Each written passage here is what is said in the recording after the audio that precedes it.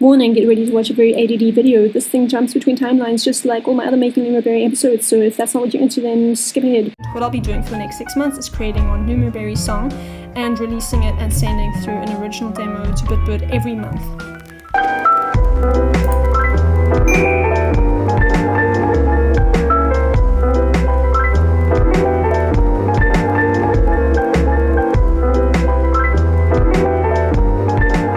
This is the piano piece from my Simple Things video. We can create our own parts, learn anything we want, and find work that we're passionate about.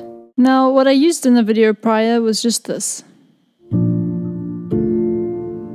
This is just the piano, me playing, and 2 piano VSTs layered.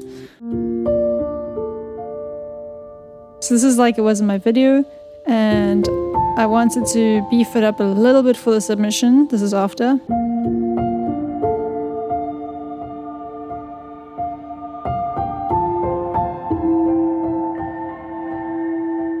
This is a piece that I just sat down at the piano and I improvised it. It's very, very simple, but it just gets me in the feels. I have very few notes layered. Yeah, you can see the MIDI, there's not much going on. And then the main thing I did was all of these snippety snips that you can see. These are this piano piece recorded into my little micro cassette player and then recorded back into Ableton and then EQ'd very heavily with reverb added, and I changed the quality to high over here. And then also sending out to the return track. And I think that's a convolution reverb. Yeah, that's just the basic convolution reverb from Max for Live Essentials pack that you can get on the Ableton Live website, or at the very least you used to be able to. It's super buggy. Like, it's cool, but it's super buggy. So if you are willing to deal with Ableton crashing like 5+ times a day, by all means use it. Ah yes, this is some of the raw recorded stuff from the micro cassette. So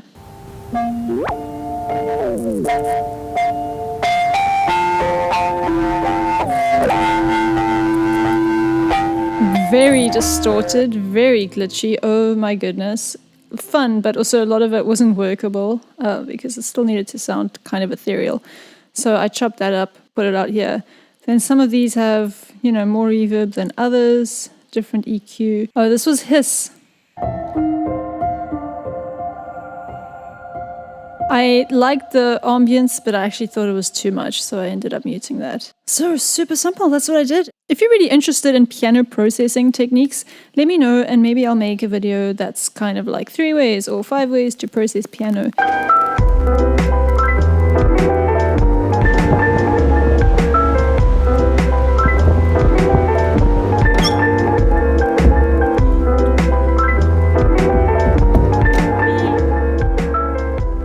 Work with what you have, even if it's just being stuck in a big empty room. My knees, oh my goodness. You really need to make space for the most important thing in the mix first. So if your music is primarily based around a beat, then try and start with the beat. If your track is built around the vocal, try and get the vocal first and layer or build the rest of your track around that. If you're experiencing a problem with your song, try and define what the problem is first before you try and fix it. Many people just blindly go in trying to change things hoping that'll work, for instance, making the song quicker or changing the beat or changing the melody. But once you're able to articulate what the actual problem is or why something isn't sounding good, then it will be so much easier for you to fix it. When you're working on a song, it's really important to keep the bigger picture in mind. So if you're in the mixing phase, it's important for you to be able to listen to the whole track and then make decisions on which areas to tweak based on the context of the whole song, as opposed to getting stuck with a 4-bar loop, tweaking that to perfection, only to listen to another part of the track and realize, that didn't quite work. Same goes for the songwriting. If you have a song that's about a particular topic, it's really important for you to keep that topic and that message in mind throughout the whole composition process so that all your compositional decisions can serve that bigger picture. Ultimately, if you're not having fun doing what you're doing, you're not going to be able to do it for long, meaning you're not going to get good at it, which means you either need to learn to have fun doing it or just stop.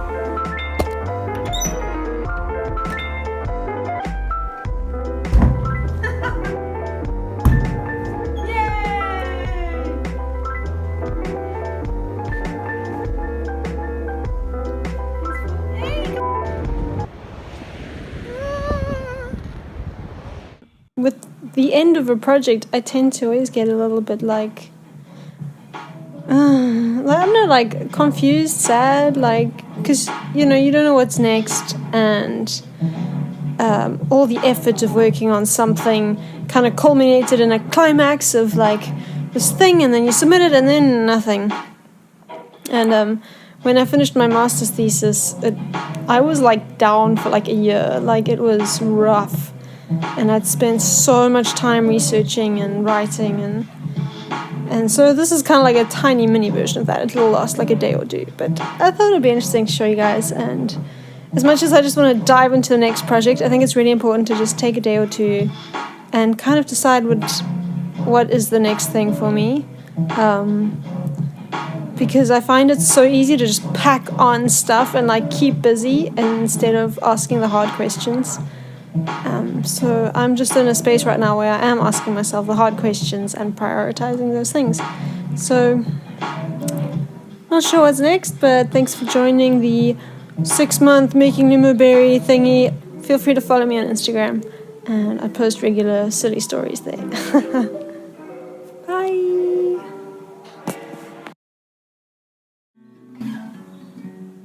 But I can't help but ask myself how much I'll let the fear take the wheel and steer.